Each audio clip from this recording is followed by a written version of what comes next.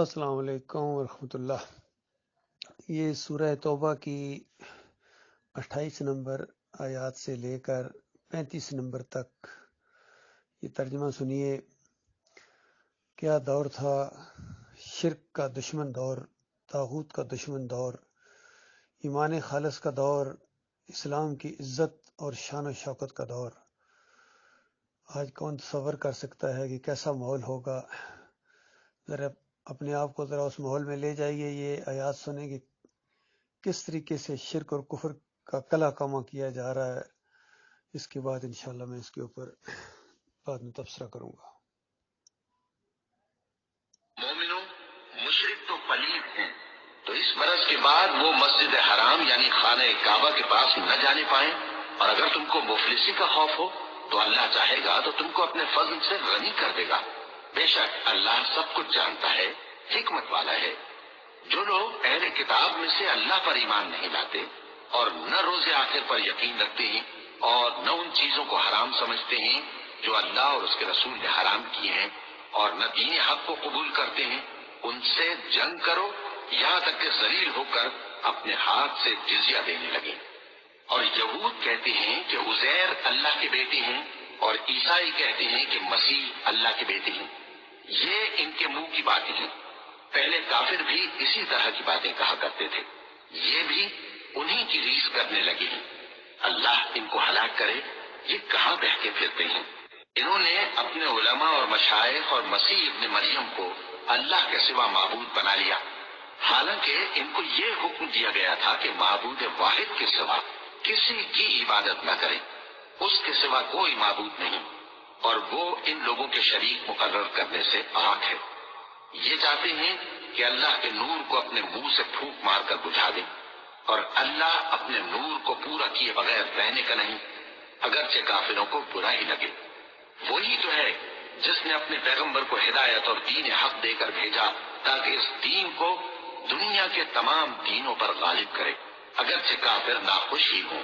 مومنوں، اہل کتاب کے بہت سے عالم اور مشائخ لوگوں کا مال ناحق کھاتے اور ان کو اللہ کی راہ سے روکتے ہیں، اور جو لوگ سونا اور چاندی جمع کرتے ہیں اور اس کو اللہ کے راستے میں خرچ نہیں کرتے، ان کو اس دن کی عذاب علیم کی خبر سنا دو، جس دن وہ مال دوزخ کی آگ میں خوب گرم کیا جائے گا، پھر اس سے ان وکیلوں کی پیشانیاں اور پہلو اور پیٹھیں داغی جائیں گی، اور کہا جائے گا کہ یہ وہی ہے جو تم نے اپنے لیے جمع کیا تھا، سو جو تم جمع کرتے تھے اب اس کا مزہ چکھو۔ دیکھیے کس طرح اس دور کے کافروں اور مشرکوں کے اوپر انگلی رکھی گئی ہے کہ یہود کہتے ہیں عزیر اللہ کا بیٹا ہے، اور عیسائی کہتے ہیں عیسیٰ علیہ السلام اللہ کے بیٹے ہیں۔ مالک فرماتا ہے کہ اس سے پہلے بھی کافر اسی طرح کی باتیں کیا کرتے تھے، اور مالک کو یہ بھی معلوم ہے کہ بعد والے کافر بھی اسی طرح کی باتیں کریں گے۔ بعد والے کافروں نے کہنا شروع کر دیا کہ ہمارے نبی محمد صلی اللہ علیہ وسلم اللہ کی ذات کے ٹکڑے ہیں، اندازہ لگائیے۔ تو یہ جو غلو ہوتا ہے محبت کے اندر، یہ شرک تک جب لے جاتا ہے تو پھر اللہ کی مار پڑتی ہے، اللہ کی لعنت پڑتی ہے ایسی قوموں کے اوپر۔ اور وجہ کیا ہے؟ کن لوگوں نے عقائد خراب کیے تھے؟ ان کے علماء نے کیے تھے، اس لیے کہا گیا کہ ان کی اکثریت ہے ان کے علماء کی، مشائخ کی، جو لوگوں کا مال کھاتے ہیں باطل طریقے سے اور لوگوں کو اللہ کے راستے سے روکتے ہیں۔ یہی کام اس امت کے علماء نے کیا، مولویوں نے کیا، مال بھی انہوں نے کھایا اور ان کو اللہ کے راستے سے روک بھی دیا۔ اور وہاں بتایا گیا کہ انہوں نے اپنے علماء اور مشائخ کو اللہ کے علاوہ رب بنا لیا ہے، تو یہ آخری قوم کے پیچھے ہٹنے والی تھی، انہوں نے بھی اپنے علماء اور مشائخ کو رب بنا لیا ہے۔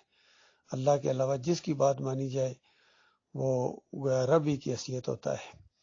تو اس انداز سے بتایا گیا کہ یہ مشرک جو ہیں یہ پلید ہیں، یہ مسجد الحرام کے قریب نہ آئیں۔ اندازہ لگائیے، آج حج کرنے جاتے ہیں، عمرے کرنے جاتے ہیں، جمعہ پڑھنے جا رہے ہیں حضرت صاحب جی، نمازیں پڑھ رہے ہیں، اور پھر جب کہا جائے کہ مشرکو تمہارے اوپر تو نمازیں فرض ہی کوئی نہیں ہے، تمہارے اوپر نہ یہ رمضان کا مہینہ آ رہا ہے، تمہارے اوپر روزے فرض نہیں ہیں، عمرہ تمہارے اوپر فرض نہیں ہے، حج فرض نہیں ہے تمہارے اوپر، تو آگے سے کہتے ہیں کہ اچھا مسلمانوں کو تو بتائے اس دور میں بھی تو یہی کہا گیا تھا مشرکین کو قریب نہیں آنا چاہیے۔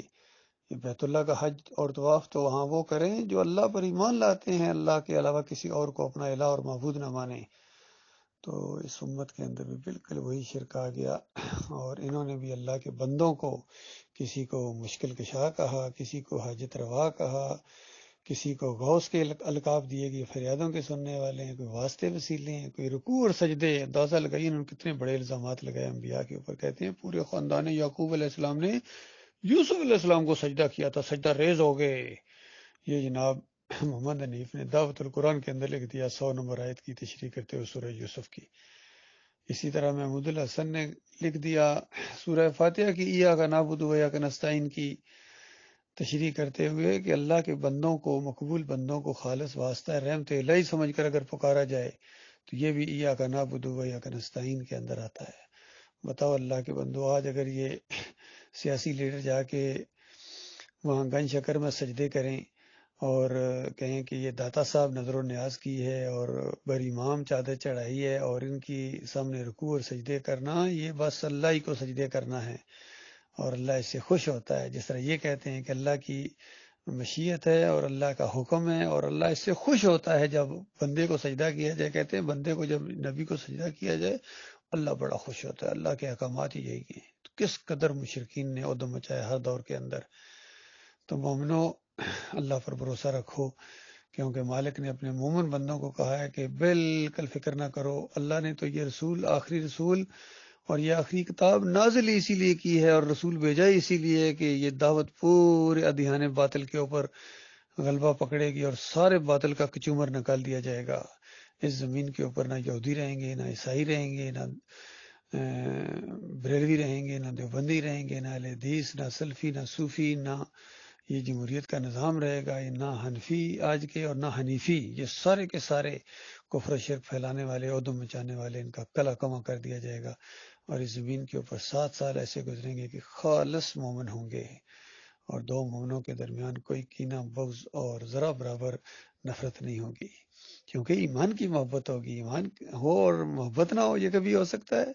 اور آج کے یہ مومن بنے ہوئے توحیدی خاص کر آپس میں کاٹتے ہیں، کھانے کو دوڑتے ہیں ایک دوسرے کو، جس طرح اتنی نفرت وہ سیاسی لوگ بھی شاید اتنی نہ کریں جتنے یہ مسلک پرست ایک دوسرے سے کرتے ہیں۔ ان کے علماء نے، ان کے امیروں نے اس طریقے سے ان کو شرک اور کفر کے انجیکشن ان کو دیے ہے۔ تو ہر ایک کے لیے یہ سبحانہ و تعالی عما یشرکون، اللہ تمہارے اس شرک سے پاک ہے مشرکو، ان کی نظر و نیازوں سے اللہ پاک ہے، ان کے واسطے وسیلوں سے اللہ پاک ہے، ان کے رکوع اور سجدوں سے اللہ پاک ہے۔ اللہ یہ حق کسی کو نہیں دیتا ہے کہ اس کو پکارا جائے، کسی کی نظر و نیاز کی جائے، اس کو رکوع اور سجدے کیے جائیں۔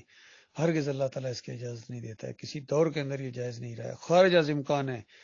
تو اللہ کے بندو، یہ ایمان خالص کی دعوت اٹھاؤ، دیکھنا اللہ کی مدد کیسے آئے گی۔ کسی سے نہیں ڈرنا ہے، کسی پر چوٹ لگے، کوئی ناراض ہو، یہ کلیہ ہاتھ میں آ گیا ہے، چھوٹے بڑے کا لحاظ کیے بغیر جب تک یہ دعوت اریاں دعوت، بے خوف اور بے خطر، اللہ کے وقار کے لیے، اللہ کی عزت کے لیے اور خالص آخرت کے اوپر نظر کہ دھڑکتے ہوئے دل کے ساتھ کہ مالک اس راستے میں شہادت کی نعمت سے مالا مال کر دے اور دین اسلام کا غلبہ مالک ہماری آنکھوں کو ٹھنڈا کر دے۔ ان کفر و شرک کے اوپر اللہ تعالیٰ ان کو غرق کرے، ان کو کہاں سے مار پڑتی ہے۔ اور جو مخلص ہیں، جو صحیح لوگ ہیں، اللہ تعالیٰ ان کو ایمان کی طرف رہنمائی فرمائے، ان کو ہمارا ساتھی بنائے، ہمیں ان کا ساتھی بنائے، اور یہ مل کے اللہ کے دین کو غالب کرنے کے لیے اجتماعی طور پر یہ کوشش جاری ہے۔ الحمدللہ ایمان خالص کا قافلہ ہے رواں دواں، انشاءاللہ یہ طاغوت کے خلاف جنگ اور شرک کی نشاندہی اور توحید کی دعوت یہ جاری ہے، انشاءاللہ جاری رہے گی، کوئی طاقت اس کو روک نہیں سکتی ہے۔ الحمدللہ، اللہ اکبر۔